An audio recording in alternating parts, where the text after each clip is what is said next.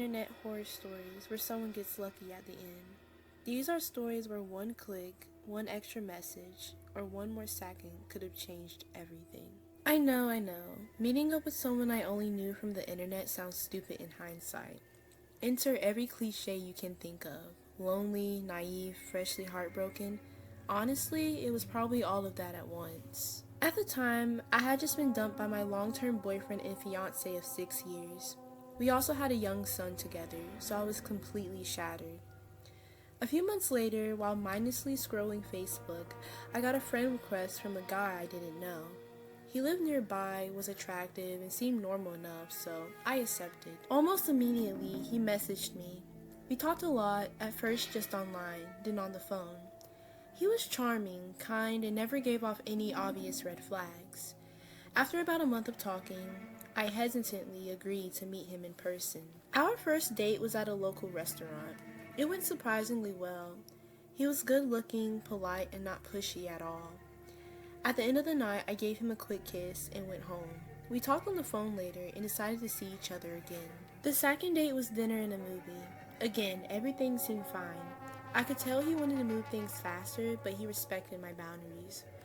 By the third day, I was really into him. Whether it was genuine feelings or just rebound energy, I'm not sure. After dinner, neither of us wanted the night to end. I didn't want him coming to my place, and I wasn't ready to see his either, so I agreed to just drive around town. Eventually, we ended up at a lake nearby, dark, quiet, and completely secluded. We parked. Things escalated. Afterwards, we sat there talking for a bit, and I eventually said I should head home. As he backed the car up, it ended up facing the lake at a boat launch where the pavement slopes directly into the water.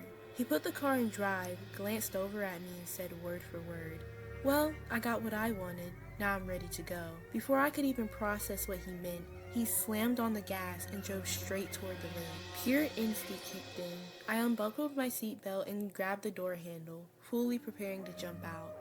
Just as I was pulling it, he slowed down then started laughing hysterically. "I was just trying to scare you," he said. I couldn't speak. My heart was pounding, my hands were shaking, and I stared straight ahead the entire ride back to my car. You didn't think that would have been the end, but it wasn't. I dated him for another 4 months, and even more disturbing things happened during that time. I'll save those stories for another day. The takeaway, please be careful who you meet online. Sometimes the red flags don't show up until it's almost too late. Story 2. Back in early 2013, I was trying my luck with online dating. I actually had some mild success using Craigslist in the past, so I figured I'd give it another shot. I posted a couple of ads, nothing revealing, just a short description of myself and a prompt asking for some fun, like a unique date or an interesting story. A decent number of guys replied, but none of them really stood out. I responded to most messages casually. At the time, I wasn't even using Craigslist's email relay system. I figured it was just my email address, so what could really go wrong? That assumption was a mistake. Eventually, one guy messaged me who immediately fell off. He asked me questions that went way beyond anything I shared in my post. He somehow knew old usernames I had used years earlier. He described my physical appearance, even though I hadn't posted a single photo. Then he casually mentioned that he knew where I worked and said he'd like to meet me someday. That was enough to send chills straight down my spine. I had no idea how he found any of that information. The fact that he knew what I looked like and supposedly where I worked terrified me. I blocked him immediately and deleted my ad. I thought that was the end of it. It wasn't. A short time later, while I was at work, I worked for a major retail store in a rough, high-crime area of the city. A man walked up to me and asked if I was associated with an old username I hadn't used in years. My stomach dropped and my legs went weak. There was absolutely no reason anyone should have connected that username to me in real life. I denied it instantly and said I had no idea what he was talking about. He didn't stop. He started describing personal details about me. Details I later realized had been pulled from my ancient MySpace account I hadn't touched in forever. I kept denying everything until he finally gave up and walked away. I immediately moved to another area of the store, completely shaken.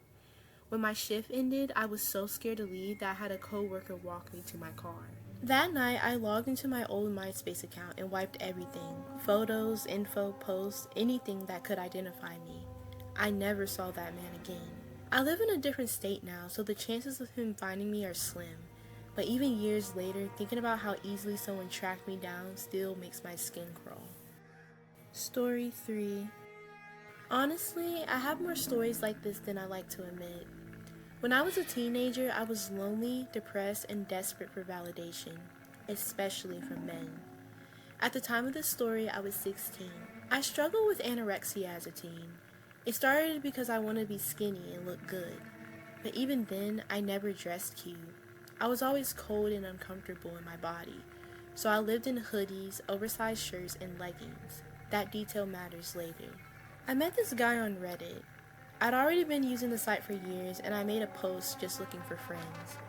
A guy messaged me and introduced himself as Sam. He said he was 23. We started talking through an app called TextFree. At first, he claimed he just wanted to be friends, but nearly every conversation turned weird. At the same time, he positioned himself as someone who was helping me. He encouraged me to open up about my life, my mental health, my struggles, and then use those things against me.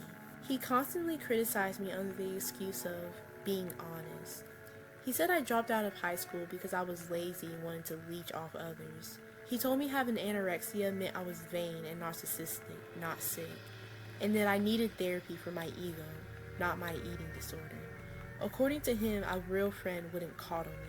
Because my self-esteem was non-existent, I believed him. He criticized how I dressed, saying I should wear skirts and dresses, and that dressing the way I did made people treat me worse. He said I looked like a boy and that it proved I was insecure. He had seen photos of me, nothing explicit, and would call me beautiful in one breath, then list everything I should change in the next. He told me guys would want me if I didn't starve my chest away. It only got darker. He told me that anorexia was just a slow form of self-harm. Then he said if I wanted to harm myself so badly, I should pick a faster method. That was the moment I knew something was seriously wrong. We talked on the phone once, and his voice shocked me. He sounded nothing like a 23-year-old. It sounded like an older man, rough and gravelly, like a long-time smoker. I panicked and cut contact shortly after. Looking back, I don't believe he was anywhere near the age he claimed. I don't even think his goal was a relationship. I think he deliberately targeted vulnerable people online to mentally break them down and feel powerful. I still think about how easily he got access to me and how dangerous that kind of manipulation can be when someone is already struggling. Story 4. I made this friend on Reddit. Let's call him Evan. Posting this feels a little risky because he could still be on here somewhere, but honestly, I don't care anymore. This is a new account anyway. I met Evan because we hung out in the same subreddits and kept running into each other in comment sections. Back then, I was a really active Reddit user. Now I mostly just lurk. One night, Evan messaged me out of nowhere while he was drunk, saying he needed someone to talk to and didn't have anyone else. He wanted to vent about his life. I listened, and that's how the friendship started. Eventually, we became full-on pen pals. We emailed almost every day and talked through Discord. We shared a lot of personal problems, life stress, random thoughts. As far as I knew, Evan was a couple years older than me, originally from Russia, living in Colorado with his girlfriend and a young child. He even posted photos of himself on Reddit, along with genealogy posts showing his DNA results. That detail becomes important later. Over time, Evan started getting upset if I didn't reply fast enough. He also loved drama, talking trash about people, obsessing over conflicts. I noticed he was extremely paranoid about a lot of things, but I brushed it off. I created a small subreddit inspired by old school 2007 live journal energy, mostly just his personal stories. Another person joined us, who I'll call Mike. Evan claimed Mike was an old friend from high school, and they'd somehow reconnected on Reddit. At the time, I believed it. About a year into this friendship, things started not adding up. Evan's stories felt inconsistent, so did Mike's. Something felt off, but I couldn't quite place it. Things escalated when I sent Evan and Mike a link to a meme on Facebook, one that was only visible if you joined a private group. Mike joined the group, which led me to his real Facebook profile. That's when I realized he actually lived in New Hampshire, not Colorado. I confronted him privately. He insisted he really did know Evan in real life, but apparently he told Evan I had been digging. Not long after that, I sent Evan a photo of an art piece I made. In the background, my cat was visible, with her tag showing. Evan zoomed in on the photo, pulled my mom's phone number from the tag, ran it through Spokio, found her Facebook, and then found me. I deleted Facebook shortly after that. Evan confronted me, saying he knew my real name, my real location, and my address.